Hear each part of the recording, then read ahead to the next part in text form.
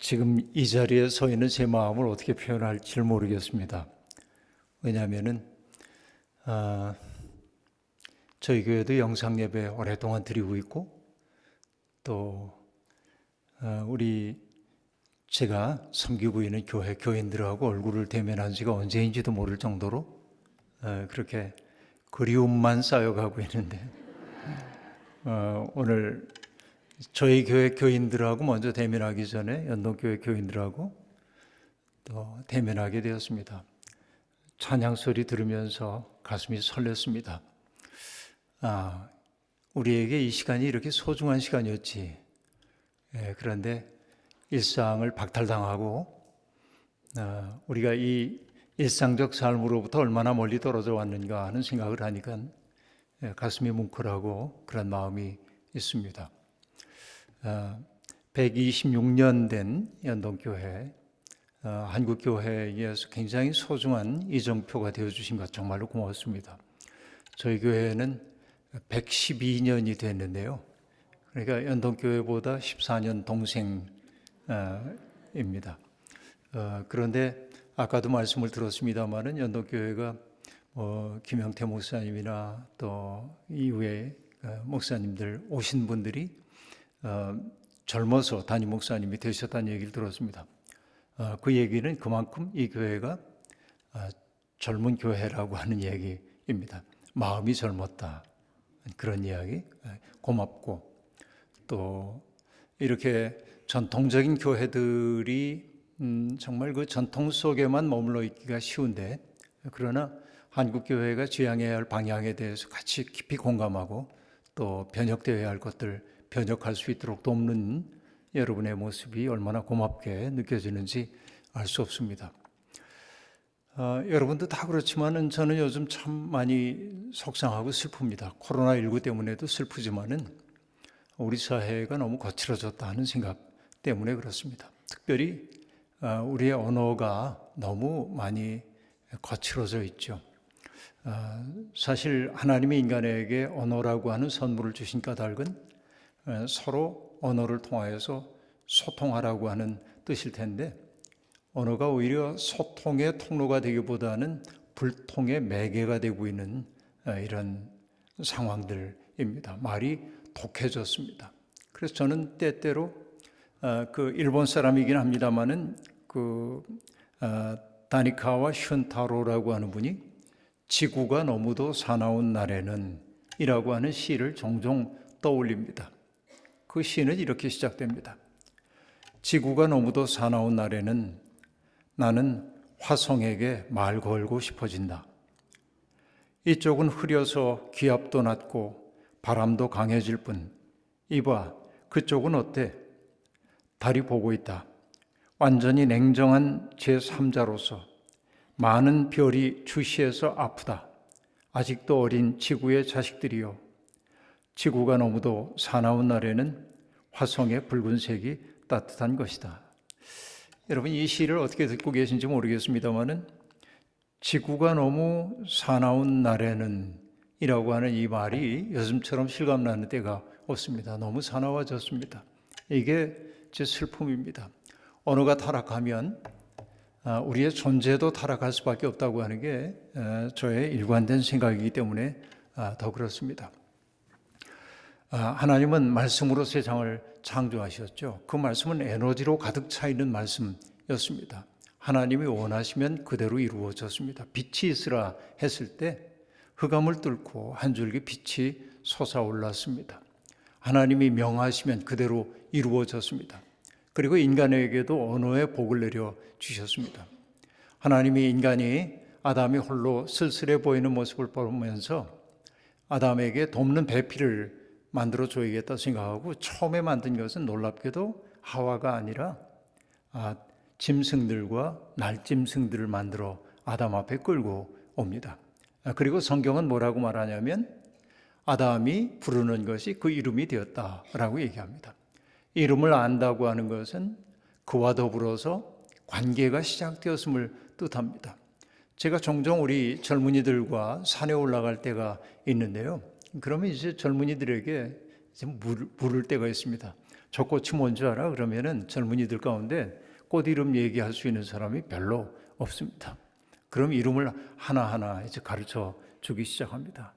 봄에는 뭐 양지꽃도 있고 또 산수유도 피어나고 개나리도 피어나고 다양한 꽃들이 이렇게 피어나는데 많은 젊은이들이 이름을 알지 못합니다. 그러니까 무심코 피어나는 것들을 그냥 바라보기만 할 뿐 나와 무관한 것으로 여기기 때문에 그렇습니다. 그래서 이름을 묻고 또 묻고 하다 보면 젊은이들이 늘 이렇게 대답합니다. 저거 무슨 꽃인 줄 알아? 노란 꽃이요. 빨간 꽃이요. 이렇게 대답을 합니다. 이름은 알지 못하고 그런 방식으로 설명을 하는 거죠. 소나무와 잣나무와 잣나무 구분도 잘 못합니다. 그러나 사랑하는 사람들은 구별하도록 되어 있습니다. 그렇죠? 저도 어디 가면은 꽃 피어 있는 거 한 송이 한 송이 들여다봅니다. 여기 쪽들이 불이라고 하는 풍접초가 예쁘게 피었구나. 풍접초 피고요. 공원에 요즘 보면은 그 서양 등골나물이라고 하는 하얀색 꽃들이 피어나고 있는데 이게 재래종들, 도래종들입니다. 외국에서 들어온 종들인데 생태 교란종이기도 하고 하나하나 들여다보는 재미가 있습니다. 그게 언제 피어나고 어떤 방식으로 피어나는지를 바라보는 것들이 참 아름답죠. 그런데 그것을 이름을 아는 순간 그것은 나와 밀접한 관계 속에 있게 됩니다. 여러분 봄이 되면 제일 먼저 피어나는 꽃 가운데 하나가 봄까치꽃 같은 것들이 있잖아요. 제가 우리 부목사님들하고 공원 산책하면서 봄까치꽃이 맨 처음 피어났을 때 딱 보고 부목사님과 공원을 걸으면서 한 3년쯤 4년쯤 똑같은 걸 가르쳐 줬어요. 근데 매년 잊어버려요. 이분들이. 왜냐하면 별로 관심이 없기 때문에 그렇습니다. 이름을 안다고 하는 것은 그 이름을 내가 알고 있는 대상이 나의 삶 속에 의미 있게 다가왔다라고 한 뜻이기도 합니다. 그러니까 인간은 그런 언어를 통해서 사물과 관계를 맺기 시작합니다. 여러분 이름명이라고 하는 글자, 내 이름 얘기할 때 이름 명자를 보면은 전역석자가 있고 밑에 입구자가 있단 말이에요. 날이 밝을 때는 얼굴을 보면서 우리가 의사소통할 수 있습니다. 그러나 날이 어두워져서 해가 지고 나면 얼굴을 알 수가 없기 때문에 누군가를 지칭해야 하는데 그게 바로 이름입니다. 그죠? 전역석자 밑에 입구자가 있으니까. 이름이라고 하는 건 그런 거예요. 그러니까 누군가의 이름을 안다고 하는 것은 그와 관계가 시작됐음을 의미해요. 여러분, 제가 꽤 많은 글을 쓰고 있습니다만은 정말 번번이 인터뷰하거나 혹은 어떤 사람들에게 강의를 하고 질문을 받을 때마다 듣는 소리가 뭐냐면 목사님 책을 읽다 보면은 처음 듣는 단어들이 많이 나오는데 왜 일부러 그런 단어를 골라 쓰냐고 그런 질문을 받을 때가 있습니다. 그 질문에 담겨 있는 뜻은 뭐냐면은 현학적인 거 아니야? 그런 생각이 담겨 있는 거예요. 근데 저는 이제 복잡한 한자어를 쓰는 게 아니고 아름다운 우리말 같은 것들을 사용할 때가 많이 있습니다. 근데 왜 굳이 그런 단어를 쓰냐고 얘기하면 그 표현이 있는 까닭이 뭐냐면 그 표현이 아니고는 설명할 수 없는 인생의 경험들이 있기 때문에 그 표현이 있었던 거예요. 근데 그 표현이 사라지는 순간 인간의 경험을 구획지을 수 있는 그러한 방식들이 사라져버리기 때문에 그렇습니다. 그래서 아름다운 말들을 우리가 되살려 쓴다고 하는 것은 뭐냐면 분주한 일상 속에서 잃어버리기 쉬운 우리의 삶의 경험들을 풍요롭게 만들기 위해서도 그런 단어들을 살려 써야 한다. 저는 이제 그렇게 느끼고 있습니다. 어제도 제 책을 많이 내고 있는 어떤 출판사 대표가 느닷없이 질문을 해왔어요. 목사님이 사랑하시는 순수한 우리말 10개가 뭡니까? 그렇게 질문을 했어요. 왜 그런가 했더니 어떤 신문에 몇몇 작가들에게 그걸 물었던 모양이에요. 그래서 저도 밥을 먹다 말고 10개를 적어서 보내주기도 했습니다. 근데 가만히 생각해 보니까 제가 그런 순수한 그런 단어들, 그늘르다, 또 흔올다 이런 말들, 시드럭부드럭 이런 말들을 제가 좋아하는데 왜 좋아하나 했더니 그런 말이 저의 정서의 뿌리이기 때문에 좋아하더란 말이죠. 슬금하다라는 말이라든지 이런 단어들이 제게 좋은 까닭은 바로 그런 경험 세계를 내가 그리워하기 때문에 그런 거라고 볼 수 있죠. 근데 여러분 이제 아담이 별로 기뻐하지 않는 것으로 보였기 때문에 하나님이 아담을 깊이 잠들게 하고 갈비뼈 하나를 뽑아가지고 하와를 만들잖아요. 그렇죠? 하와를 만들자 잠에서 깨어난 아담이 갑자기 시인이 됩니다. 문장가가 됐어요. 이전에 동물들 끌고 왔을 때는 개, 돼지, 소 이렇게 무뚝뚝하게 얘기했거든요. 그런데 하와가 자기 앞에 있는 것을 보고 갑자기 시인이 되는데 어떻게 시인이 되냐면 이렇게 얘기합니다. 이제야 나타났구나 이 사람. 새 번역은 그렇게 번역했어요. 이제야 나타났구나 이 사람. 뼈도 나의 뼈, 살도 나의 살. 남자에게서 나왔으니 여자라 하리라 하고 얘기합니다. 이게 사랑 노래죠. 그러니까 인간이 최초로 발화한 문장이라고 하는 게 사랑 고백이에요. 뿐만 아니라 경탄입니다. 우와, 이제야 나타났구나 이 사람. 그러니까 인간의 가장 본질적인 언어라고 하는 것은 뭐냐? 사랑의 고백이고 경탄하는 것이에요. 인간은 그런 언어를 사용할 때 인간다워지는 것이라고 볼 수 있습니다. 제가 종종 농담처럼 하는 얘기가 있는데요. 뼈도 나의 뼈, 살도 나의 살이라고 하는 거, 그 말 속에 담겨 있는 의미는 뭐냐? 인간은 너 없이는 나도 없다라고 하는 말을 그렇게 표현한 거예요. 이게 중요한 거예요. 조금 개념적인 언어로 얘기하면 인간은 공속된 존재다. 서로에게 속해 있어요. 너 없이는 나도 존재할 수가 없죠. 그래서 여러분 그 시인 가운데 정현정 선생님의 시 비스듬이라고 하는 시를 보면은 세상의 모든 것들이 비스듬히 기대고 있다고 얘기를 하고 있습니다. 산에 있는 나무들을 보세요. 비스듬히 기대 있다고 얘기합니다. 그렇죠? 그러면서 얘기합니다. 때때로 우리는 기대는 것이 맑을 때도 있고 기대는 것이 흐릴 때도 있죠. 내가 맑은 것을 기대고 나면은 나도 맑아집니다. 흐린 것을 기대면 나도 흐려지는 거죠. 우리의 삶이 꼭 그렇단 말이에요. 그러니까 우리는 너 없이는 살아갈 수 없는 그런 존재라는 거죠. 이게 에덴 동산의 상황이라고 볼 수 있습니다.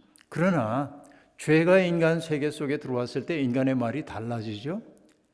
너 왜 그 선악과를 따먹었니? 라고 물었을 때 아담이 했던 얘기 여러분 기억할 겁니다.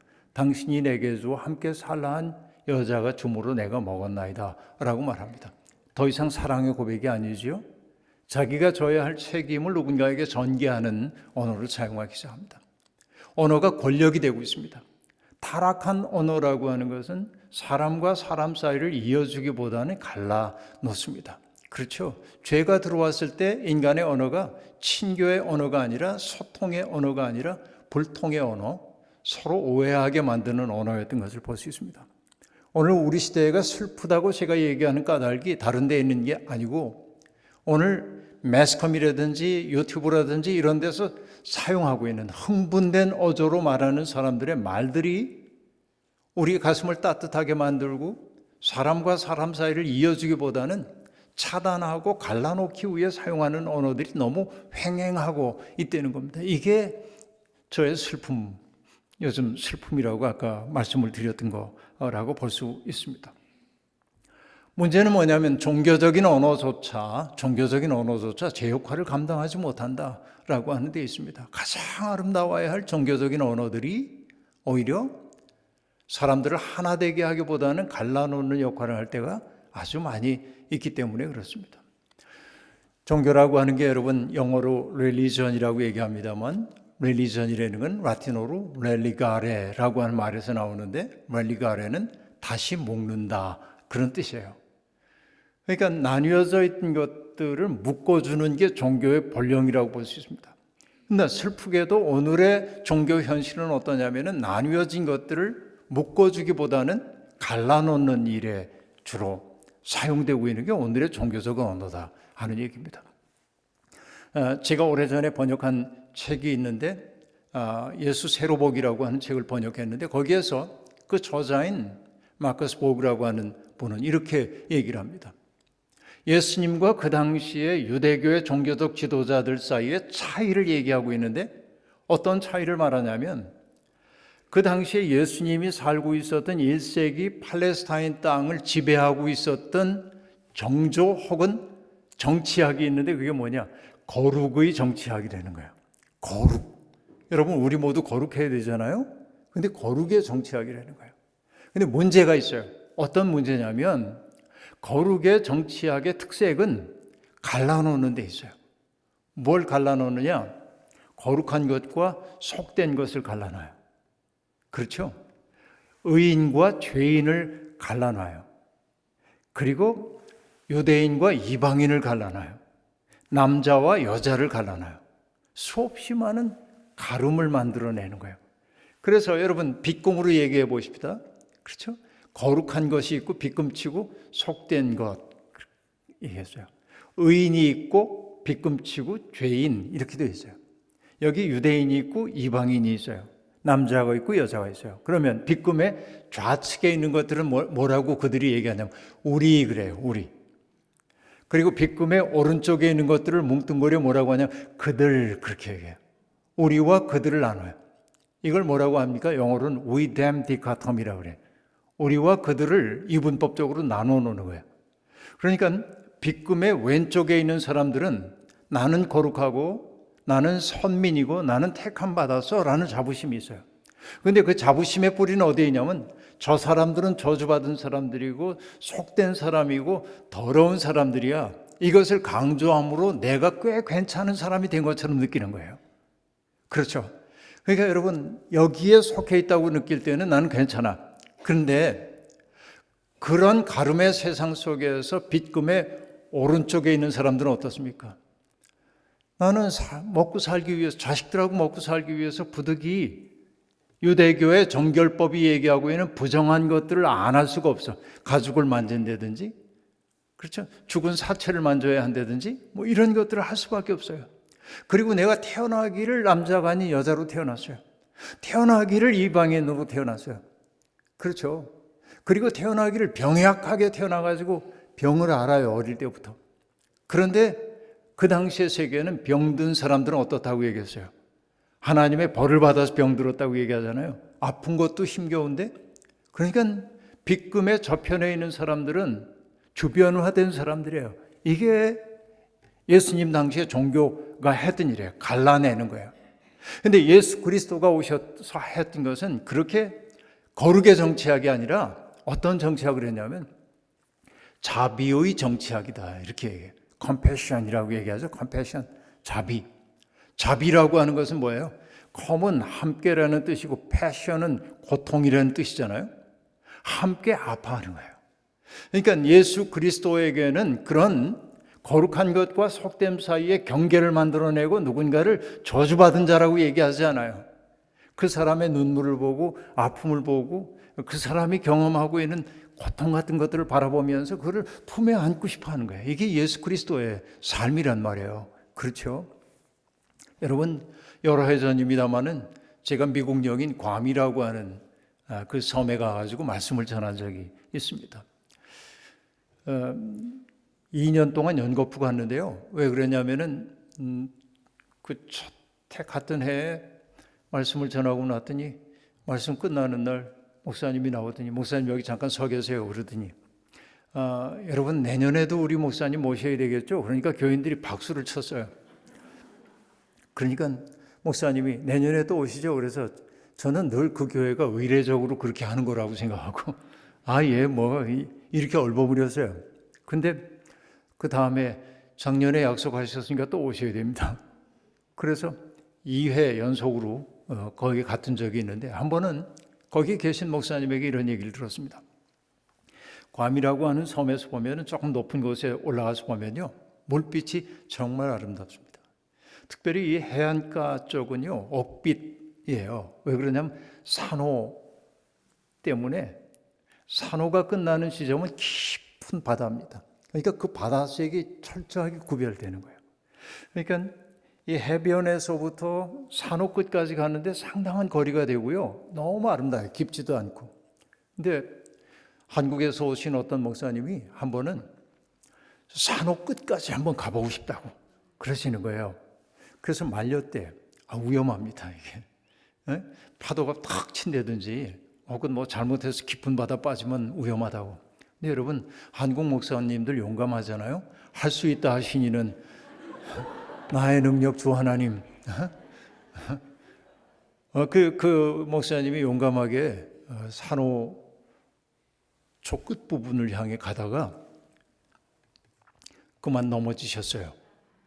거기에서. 근데 넘어진 자리가 하필이면 성게밭이었어요.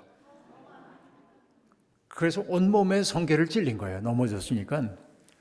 성게 가시 찔리면 엄청 아프다면서요. 그래서 이제 너무 큰 고통인데 그래서 병원으로 갔대요. 큰 고통 속에. 그 의사도 별 수가 없어요. 핀셋 가지고 이렇게 뽑으려고 그러는데 이게 성게 가시라는 게 마치 그 낚시바늘 미늘처럼 되어 있는지 역방향으로 되어 있는지 안 나오는 거예요. 얘가. 그래서 잡아당기면은 똑똑 부러지기만 하고 살에 박힌 게 안 나오는 거예요. 고통스러워 죽겠는데 방법이 별로 없어요. 병원에서 나오는데 그 현지인 하나가 이렇게 얘기하더래요. 빙그레 웃으면서 여기 병원에 올 거 없어요. 빨리 집에 가가지고 따뜻한 물 받아놓고 식초 한 병 타가지고 거기 들어앉아 있으라고.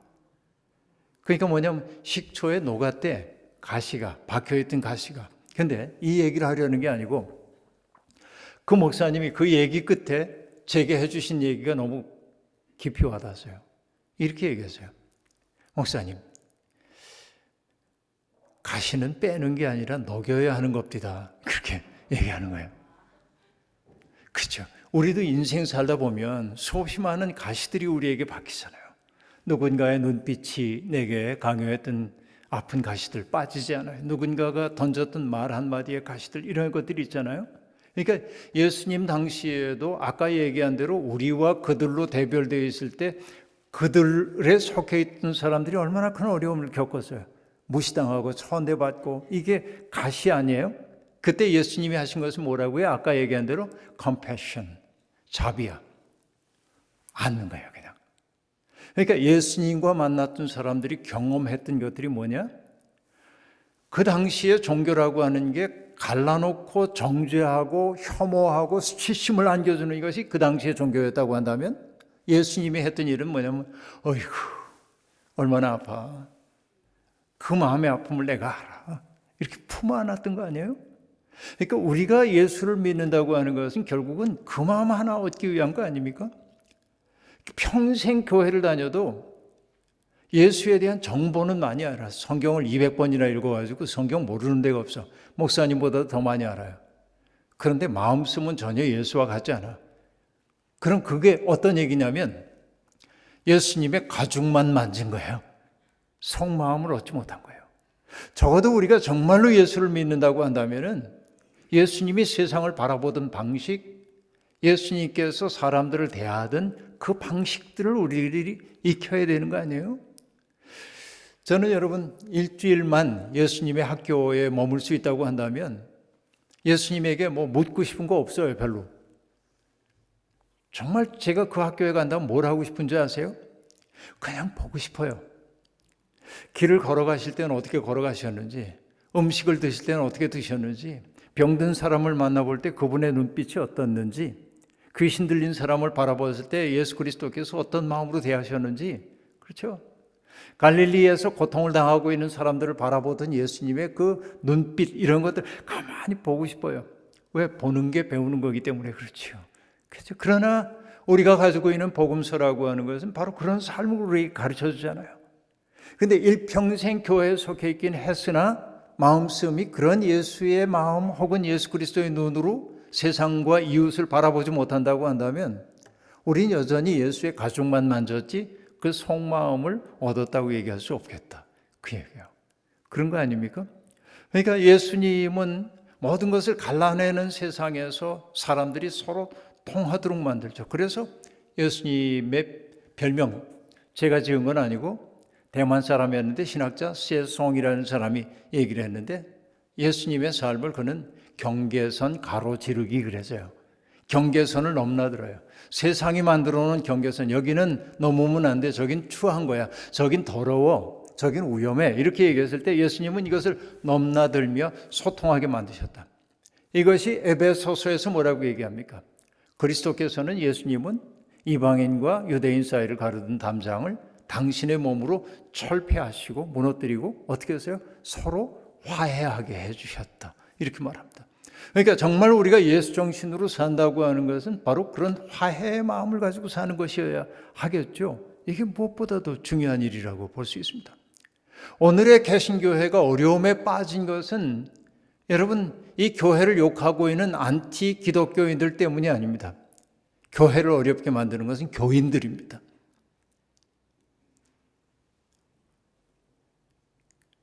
억울하세요? 그래서 여러분, 정말로 우리가 내가 예수 제대로 믿고 있나 생각해야 합니다. 그렇죠? 이게 이제 핵심에 속한다고 얘기할 수 있어요. 근데 예수님은 바로 여기에 철저하셨던 분이에요. 그러니까 어떤 그 문자에 사로잡히지 않으셨어요. 여러분, 제가 예수님에 대해서 놀랐던 것 가운데 하나는 뭐냐면, 저하고 나이 동갑인 어느 목사님하고 어떤 자리에 있는데, 그 함께 이제 그 모임을 하고 나서 마지막 기도를 하는데, 이 목사님이 이렇게 기도를 하셨어요. 제가 깜짝 놀랐어요. 나이 30밖에 안 된 예수님이 옛사람은 이렇게 말했다. 그러나 나는 이렇게 말한다. 이렇게 얘기했다는 거지. 그 창조성, 그 예수 그리스도의 그 마음을 내게 달라고 기도했어요. 근데 충격받았어요, 저도. 왜? 정말 그러네. 그렇죠? 율법은 뭐라고 얘기했습니까? 살인하지 말라라고 얘기했어요. 그러니까 나는 살인한 적이 없어. 그러니까 난 계명 지켰죠. 근데 예수님은 그 계명을 살인했냐 안 했냐 외적 행위의 문제로 보지 않았어요.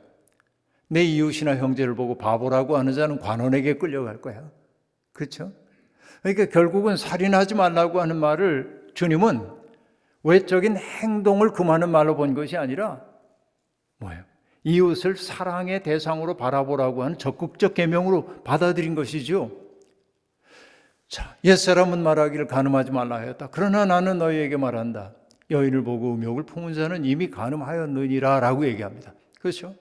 나는 외적 행위로서의 간음 안 했으니까 하고 말하는지 몰라도 외적 행위는 하지 않았을지라도 내 마음속에 음란한 것이 가득 차 있고 어떤 대상을 바라보며 아름답다고 하는 거야 어떻게 해서만.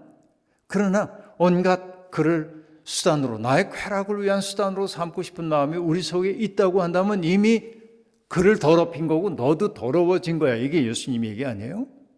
그렇죠? 그러니까 주님에게 중요한 것은 뭐냐면 말씀 속에 담겨있는 속뜻을 알아차리는 게 예수 그리스도에게는 중요했다 그 얘기죠. 그래서 여러분 도둑질하지 말라고 하는 계명을 보면서도 우리가 나는 도둑질을 안 했으니까 그러면 안 되고요. 남이 누려야 할 것을 내가 대신 누리고 있는 거 아닐까? 이러면 난 도둑질한 거 아니에요? 지금 이 코로나19라고 하는 이 사태가 올해 말이나 내년쯤 백신 나오고 치료제 나오고 그러면 이제 이 문제가 우리의 삶을 이렇게 억제하지는 않을 겁니다. 그러나 감염병 학자들이 이구동성으로 하는 얘기가 뭐냐면 코로나가 지나면 새로운 감염병이 또 올 거라는 거 아니에요? 이게 왜 그렇게 됐어요? 기후변화 문제 아닙니까? 심각하게. 그렇죠? 제레미 리프킨이라고 하는 분이 했던 얘기가 기억나는데요. 1900년까지만 해도 지구상에서 인간이 찾아야 살던 땅이 14%래요. 지구 공간에서. 근데 지금은 몇 프로를 사용하고 있냐면 77%를 사용하고 있어요. 그러니까 동물들의 세계 속에 다 들어간 거예요, 인간이. 동물에게 기생해 살고 있었던 이 감염병들이 갈 데가 없으니까 인간에게 오는 거예요. 계속 올 거예요. 이게 지금 우리가 살고 있는 세상의 모습 아닙니까?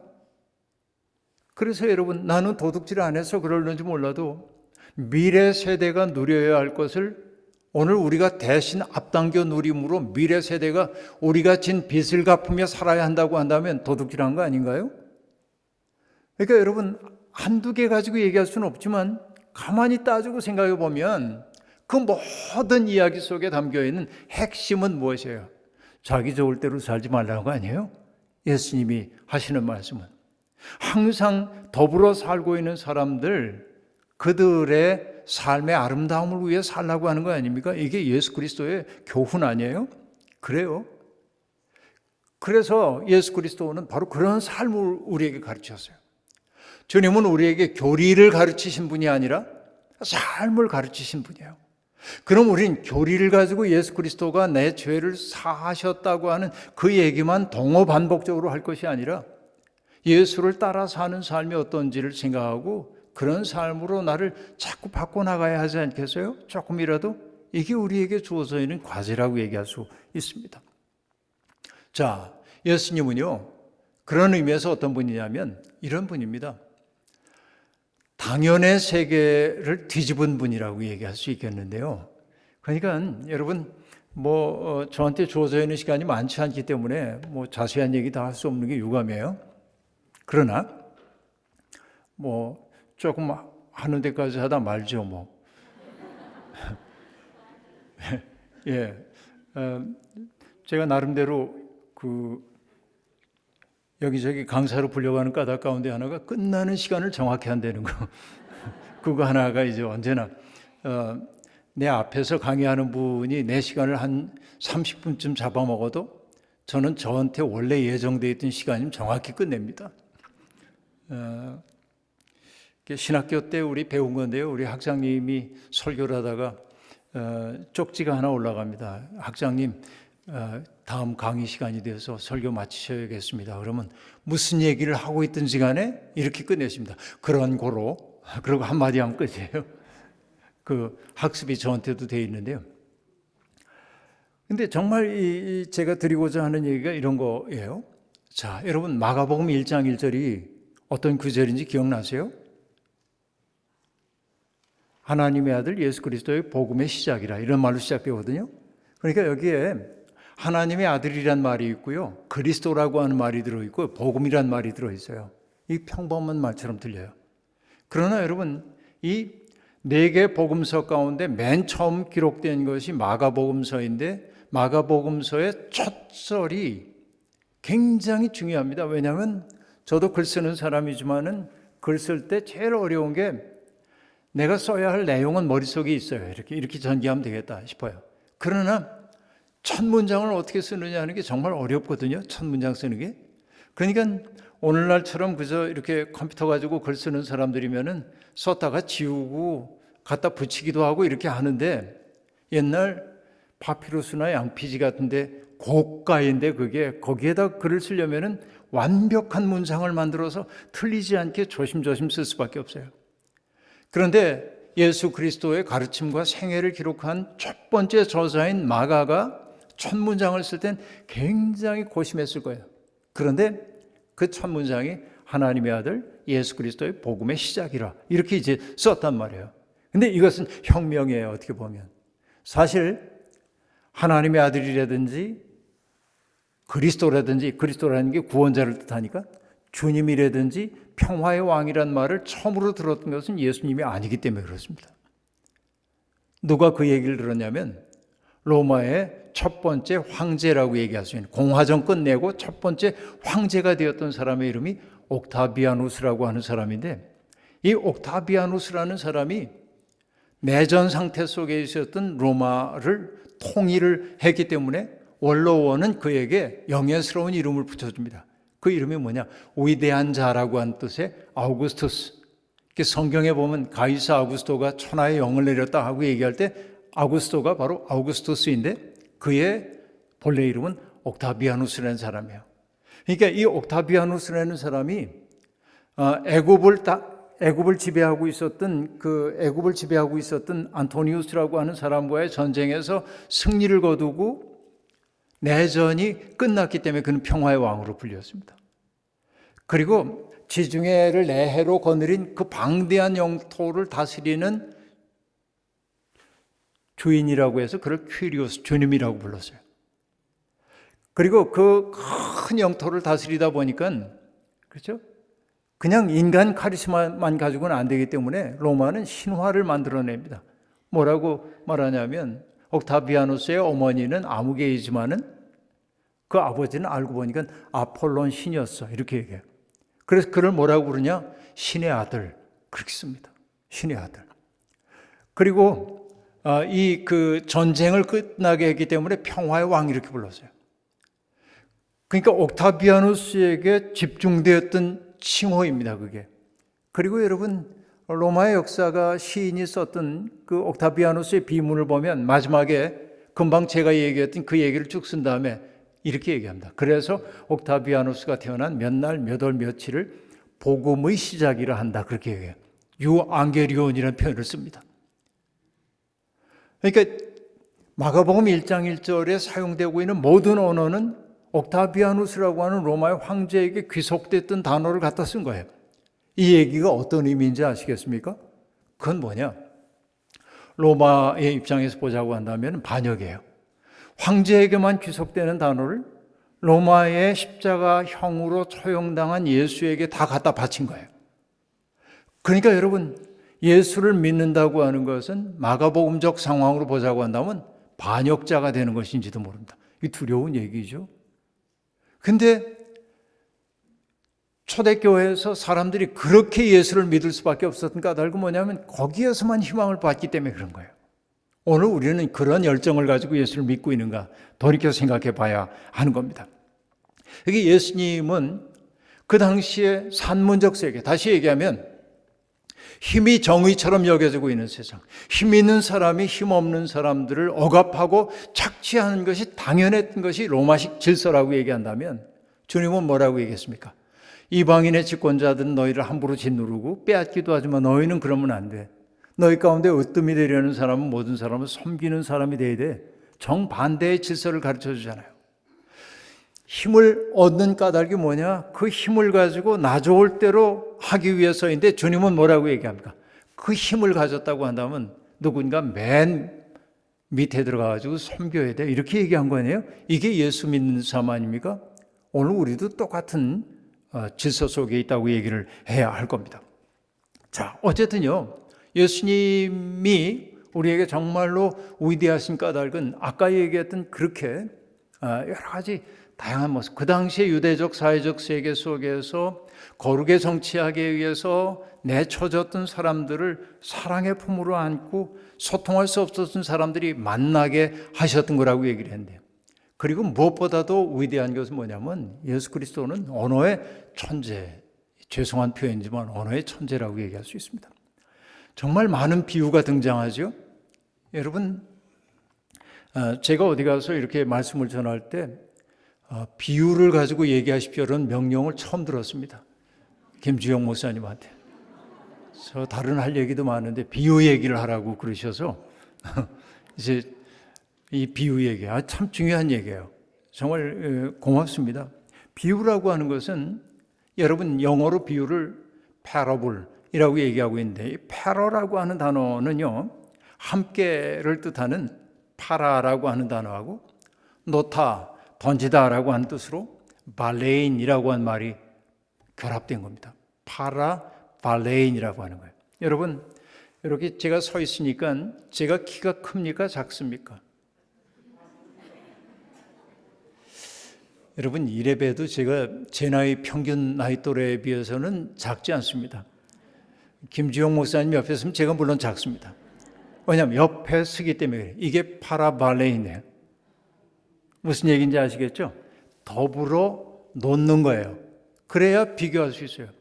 비교점이 없을 때 난 크다 작다라고 얘기할 수가 없는 거예요. 그죠?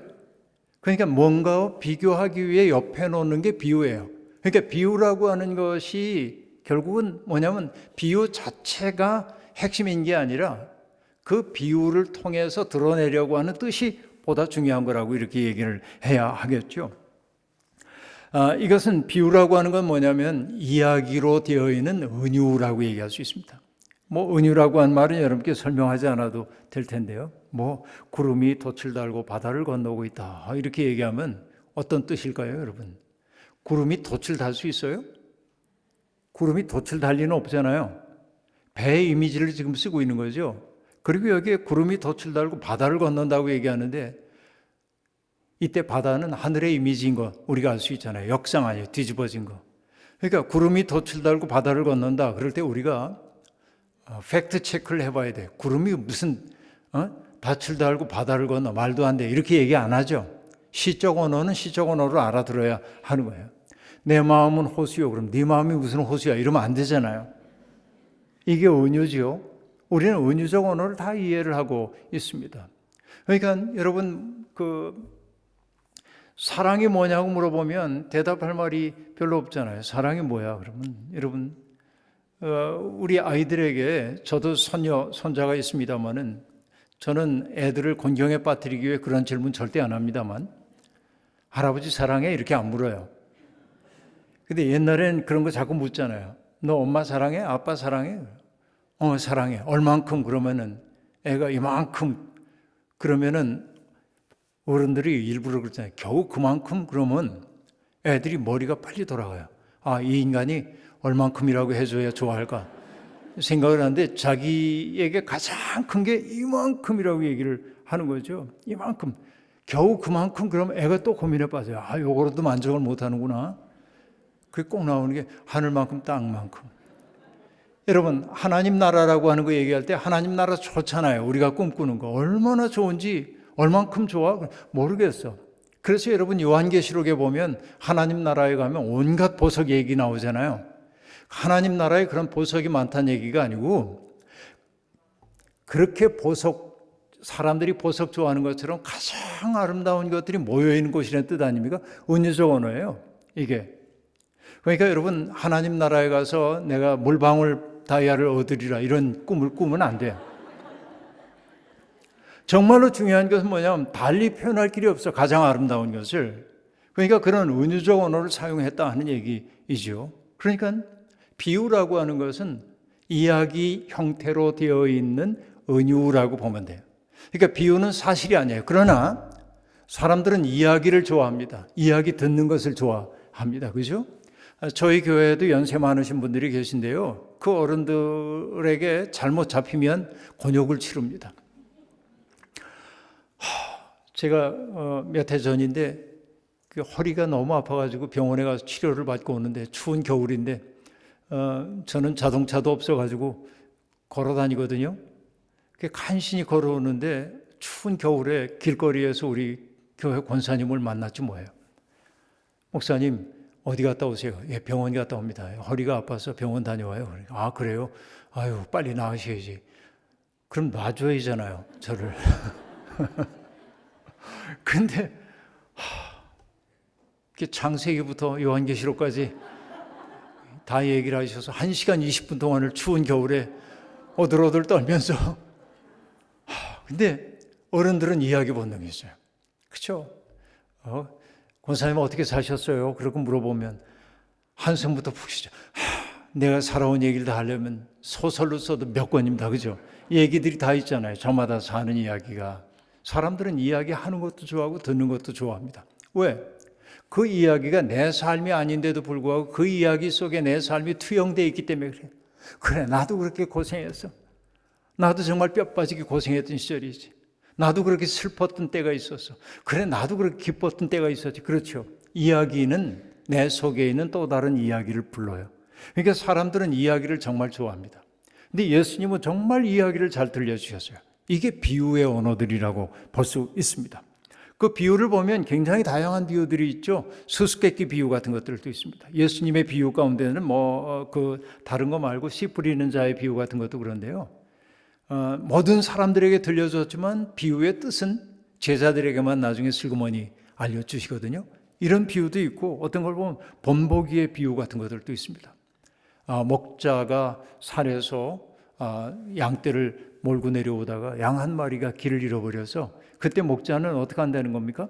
99마리를 놔두고 한 마리 양을 찾아간다는 거죠. 그 얘기는 뭐냐면 적어도 너희는 그 마음으로 살려는 거예요. 왜? 우리 사회는 어떤 사회입니까? 99대 1 그러면 늘 99 속에 정의가 있다고 생각을 하는 거예요. 그리고 우리도 그럽니다. 내가 99 가운데 하나라고 생각하는 거예요. 그래서 길을 잃어버린 그 양 한 마리를 탓하는 거예요. 부주의하고 너 때문에 우리도 소풍 가가지고 즐겁게 놀고 있는데 한 놈이 길을 잃어버리면 걔 다 찾을 때까지 보물 찾기도 못하고 그죠? 그러니까 우리는 늘 미워했잖아요, 걔를. 그런데 예수님은 뭐라고 얘기하냐면 그 비유를 통해 하실 말씀이 뭡니까? 그 하나를 길을 잃어버린 하나를 포기하는 사회는 99도 언제라도 포기할 수 있는 사회라는 거 아닙니까? 그렇죠? 그러니까 정말 그 목자의 심정으로 우리가 그렇게 살아야 된다는 거예요. 너는 99 가운데 있다고 생각하지 말아라. 내가 길을 잃어버린 양이라고 한다면 얼마나 애타겠어. 목자여, 제발 나를 포기하지 마소서. 나를 버리지 말고 나를 좀 찾아달라고 할 거 아니에요? 우리 사회도 역시 똑같은 거예요. 우리 사회에서 여러분 소외된 사람들의 소리가 들려오면 사람들이 불편해합니다. 좀 입 좀 다물어. 좀 조용히 하지. 그럴는지 몰라요. 그러나 여러분 그들을 소중히 여기는 게 예수 그리스도가 우리에게 가르쳐준 삶 아닙니까? 이게 본보기 비유라고 얘기할 수 있어요. 잃어버린 드라크마의 비유도 그럽니다. 탕자의 비유 또한 마찬가지입니다. 그죠? 허랑방탕하게 부모의 재산 가지고 와서 탕진했던 그 자식이 돌아올 때 뭐가 돼야 한다는 겁니까? 싸늘하게 그를 내치지 말고 품에 안으려는 거 아닙니까? 여러분 제가 성경 가운데 제일 좋아하는 성경 가운데 하나는 이런 데 있습니다. 요한복음 21장에 보면은 디베랴 바다에서 제자들이 밤새 그물을 던지는데 물고기 한 마리도 잡지 못하는데 예수님이 새벽녘에 오셔가지고 말을 건네잖아요. 너에게 뭐 좀 잡혔냐고. 그러니까 하나도 잡지 못했습니다. 그러자 깊은 곳에 그물을 던져봐라. 그러자 물고기가 많이 잡혀요. 그때서 여러분 요한이 알아보고 저분은 주님이시다 그러자 베드로가 겉옷을 걸치고 물속에 뛰어들어서 주님께로 오잖아요. 그때 예수님이 뭐라고 얘기합니까? 베드로, 난 너한테 정말 실망했어. 내가 그날 겟세마네 동산에서 얼만큼 너한테 얘기를 했냐. 이 저녁에 너희가 나를 다 버릴 거라고 얘기할 때 너희 뭐라고 얘기했어? 죽는 한이 있더라도 우리는 주님 배반하지 않습니다. 그렇게 장담했잖아. 근데 너는 그 가야바의 집 하녀가 너도 그 중에 하나지라고 얘기할 때 뭐라고 얘기했어? 나는 그 사람 알지도 못한다고. 예의 못난 놈 그럴 것 같은데 주님이 베드로에게 그런 책망의 말 한마디도 안 합니다. 뭐라고 얘기하셨어요? 와서 조반을 먹으라고 얘기해요. 그 뭐예요? 와서 조반을 먹으라는 그 얘기는 뭡니까? 너는 내 마음 밖으로 한 번도 내몰린 적이 없어. 그 얘기야. 너는 내 식구야. 저는 가족이란 말보다 식구라고 하는 말을 좋아하는데요. 가족이라는 게 가라고 하는 게 집가자가 제사 공동체를 뜻하는 거예요. 한자로 얘기하면. 그러니까 혈연으로 묶여져 있는 게 가족이에요. 그런데 식구라고 하는 것은 뭡니까? 식구는 우리 혈연으로 맺어진 사람도 식구이지만은 저 어릴 때만 해도 예를 들어서 우리 집에 와서 일 봐주는 사람이 있다고 한다면은 머슴 같은 세경 맞고 하는 머슴이 있다고 하면 그 사람도 식구고요. 우리 집에서 기르는 가축도 식구입니다. 그렇죠? 같이 밥을 나눠 먹기 때문에. 그 밥을 먹는다라고 하는 것은 뭐예요? 너는 그 한 번도 나의 사랑의 공간에서 벗어난 적이 없다는 얘기예요. 주님은 베드로를 그렇게 받아 안으셔요. 그래서 여러분 주님을 배반했던 그 쓰라린 상처의 기억을 가지고 있었던 그 베드로에게 못난 놈하고 책망해서 그가 변화된 게 아니라 그런 못난 그를 사랑의 품으로 안아주셨던 그리스도의 사랑이 시몬으로 하여금 베드로가 되게 만든 거 아닙니까? 반석과도 같은 사람으로. 그렇죠. 그러니까 예수님이 우리에게 가르쳐주는 것도 결국 뭐냐면 우리가 서로를 대할 때 옳고 그름의 척도를 가지고 대하고 누군가를 갈라놓고 이런 거 하지 말고 사랑으로 안아. 이게 탕자의 비유 얘기 아닙니까? 그 비유 이야기를 통해서 우리는 나 자신을 보는 거야. 아, 내 마음속이 큰아들과 같구나. 우리는 얼마나 자주 정죄합니까? 어떤 판단을 하고. 제가 주님의 사랑받는다는 게 말이 돼? 이렇게 얘기하잖아요. 그러나 주님이 하신 말씀은 뭐예요? 그 아버지의 심정을 헤아리려는 거 아닙니까? 그죠? 이런 게 본보기 비유라고 얘기할 수 있겠습니다. 그러나 선한 사마리아 사람의 비유는 본보기 비유만은 또 아닙니다. 그렇죠? 선한 사마리아 사람의 비유를 통해서 결국 우리에게 들려주는 건 뭐예요? 그 탕자 말고 집에 남아 있었던 맏형의 모습으로 보자고 한다면 그 맏형은 믿음이 좋고 효심 가득한 자식인 것처럼 보이지만은 사실은 아버지 집에서 자유를 누리지 못하고 있었던 율법에 매여 있었던 종 아닙니까? 그렇죠. 그러니까 그리스도께서 하나님이 더 마음을 쓰고 있는 것은 뭐냐? 잘 믿는 것 같고 모범적인 사람이 아니라 하나님의 길에서 벗어나기도 하고 방탕한 세월을 살기도 하고 그러나 천부여 의지 없어서 손들고 옵니다 하는 식으로 돌아오는 자들을 반겨주시는 하나님의 가없는 사랑을 보여주잖아요. 이게 예수 그리스도가 가르쳐주는 교훈이에요. 도전하는 거예요. 선한 사마리아 사람의 비유 또한 마찬가지입니다. 그죠? 우리는 그 비유의 마지막 얘기를 알고 있습니다. 내 생각에는 누가 이 강도 만난 사람의 이웃이 되어줬다고 생각하느냐? 자비를 베푼 자니이다. 주님이 말씀하십니다. 가서 너도 이와 같이 하라. 그렇죠? 이것은 본보기를 보여주는 비유이기도 하지만 동시에 뭡니까? 그 강도 만난 사람을 보고도 못 본 척하고 지나갔던 제사장과 레위 사람들을 고발하는 얘기 아닙니까? 가장 경건한 것처럼 보이는데 사람들 앞에 자기를 포장하는데 거룩이라고. 그러나 거룩의 옷을 입고는 있지만은 자비를 베풀 줄은 모르는, 가장 고통받는 사람의 자리에 내려갈 수 없는 그 사람의 무능함을 얘기하는 거 아니에요? 그렇죠. 이게 문제예요. 여러분, 교양이라는 게 어떤 겁니까? 어떤 사람이 교양이 있다고 얘기하면 어떤 게 교양이죠? 우리는 흔히 식탁 매너 지킬 줄 아는 거 뭐 등등, 어떤 자리에 가면은 그 드레스 코드를 맞춰 입고 가는 거, 장례식 갈 땐 발가락 양말 신지 않는 거, 이런 거. 여러분, 이런 거 이제 교양이라고 생각합니까? 그러니까 그 원형으로 되어 있는 테이블 같은 데 가면은 여러 사람 앉아 있으면 좀 헷갈리잖아요. 이 물이 내 거야, 이 빵이 내 거야, 이렇게 헷갈려요. 그래서 우리는 얘기합니다. 우수 좌빵, 그렇게. 물은 오른쪽에 있는 게 내 거고 빵은 왼쪽에 있는 게 내 거고 우수 좌빵 그러잖아요. 포크와 나이프는 어떻게 써야 바깥 거부터 안쪽으로 쓴다. 이런 거 있잖아요. 교양이 있잖아요, 제가. 근데 여러분, 이게 교양이 아니란 말이에요. 진짜 교양이라고 하는 게 뭐냐? 그 교양이 인간다움을 뜻하는 거라고 얘기한다면 타자의 고통을 공감할 수 있는 능력이 교양이에요. 내가 여러분 근사한 레스토랑에 앉아가지고 밥을 먹고 있는데, 그런데 창밖에 보니까 며칠째 굶주린 사람이 있을 때 밥맛 떨어지게 저 사람 저기 앉아 있어. 이게 교양이 아니고요, 그 사람에게 밥 대접하는 게 교양이다, 그런 얘기예요. 네? 그러니까 여러분, 이 선한 사마리아 사람의 비유는 본보기 비유이기도 하지만, 가서 너도 그와 같이 하라라고 말하지만, 가장 거룩한 것 같지만은 그러나 속되기 이를 데 없는 그 종교인들의 위선을 고발하는 비유이기도 한 거죠. 그렇죠? 이런 비유들이 많이 있어요. 그러나 여러분, 하나님 나라의 비유가 예수님의 비유 가운데 정말 많죠. 오늘 읽었던 겨자씨의 비유도 그렇고요. 사람들은 모두 다 백향목이 아름답다고 얘기합니다. 백향목은 정말 아름답죠. 그러나 모두가 다 백향목이 될 수는 없어요. 대부분의 사람들은 뭐냐면 천덕꾸러기 신세를 면치 못하는 겨자씨 같은 사람들이에요. 그러니까 세상은 백향목을 추어 올립니다. 그러나 주님의 눈길이 가고 있는 건 뭐냐? 장산모사처럼 그냥 이렇게 살아가고 있는 사람들이 귀한 거예요. 그러니까 뭐예요? 끈질기게 살아남아가지고 그러면서도 서로 인정을 가지고 대하고 어깨를 곁고 바람을 견뎌내고, 그리고 우리가 어깨를 곁고 이렇게 큰 품이 되어서 새들이 날아올 때 안아줄 수 있는, 이게 천국이야, 이렇게 가르치는 거 아니에요?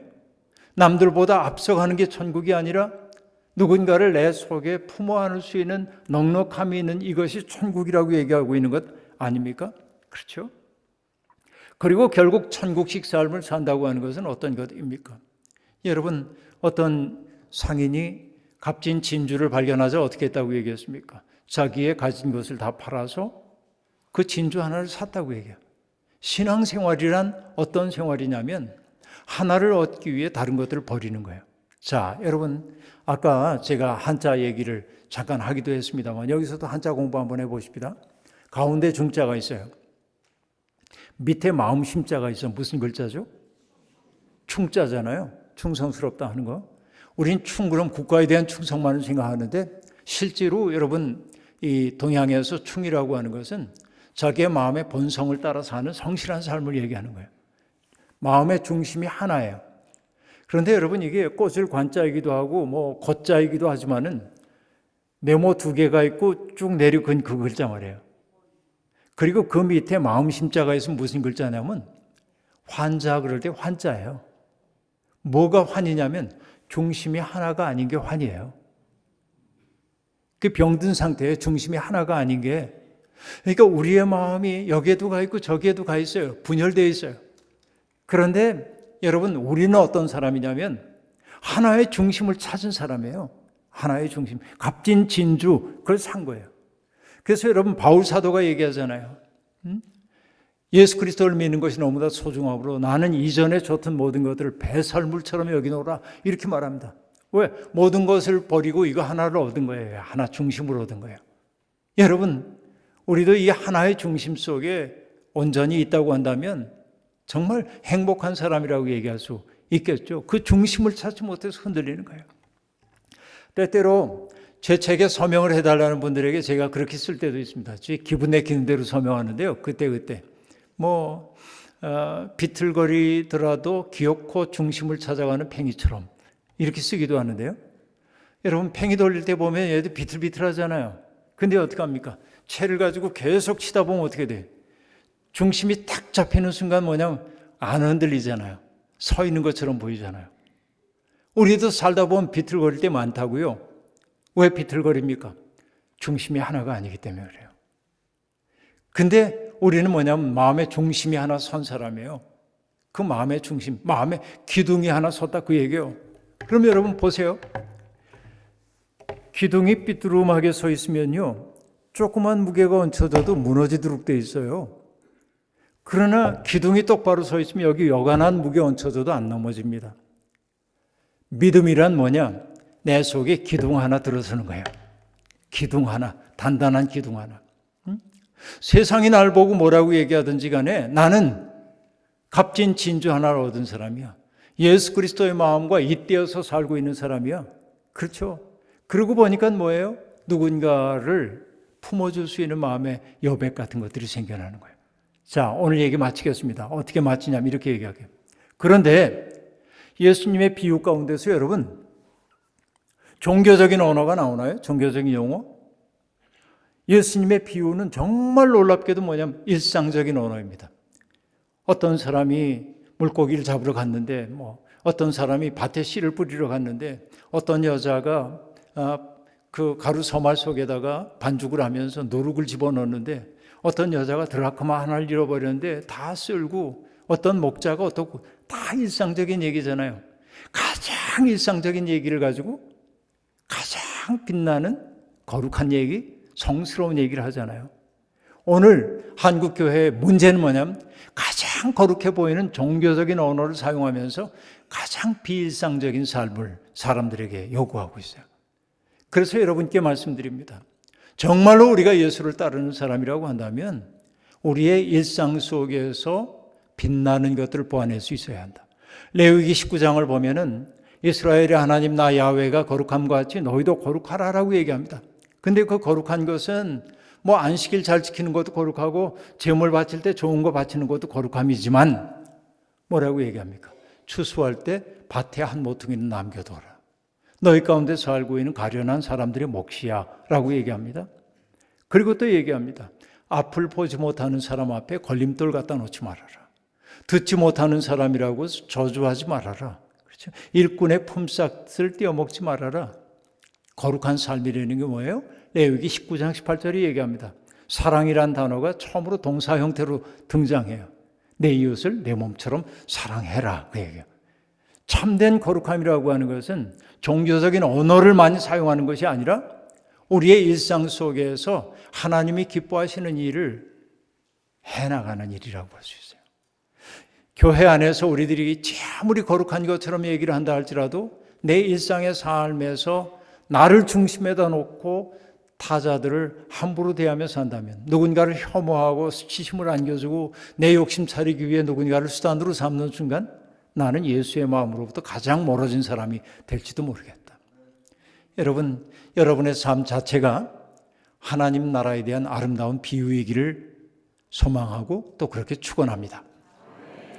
자비로우신 하나님, 부족한 종을 세우셔서 하나님의 말씀을 전하게 하셨으니 고맙습니다. 126년 된 연동교회 역사 가운데 그 역사에 그 단절이 이루어지지 않도록 돌보시는 이가 하나님이신 줄로 믿습니다. 긴 역사만을 자랑하지 말게 도와주시고 하나님의 뜻대로, 그리스도의 뜻대로 그리스도의 손과 발이 됨을 자랑하는 아름다운 교회가 되게 하옵소서. 예수님의 이름으로 기도하옵나이다. 아멘.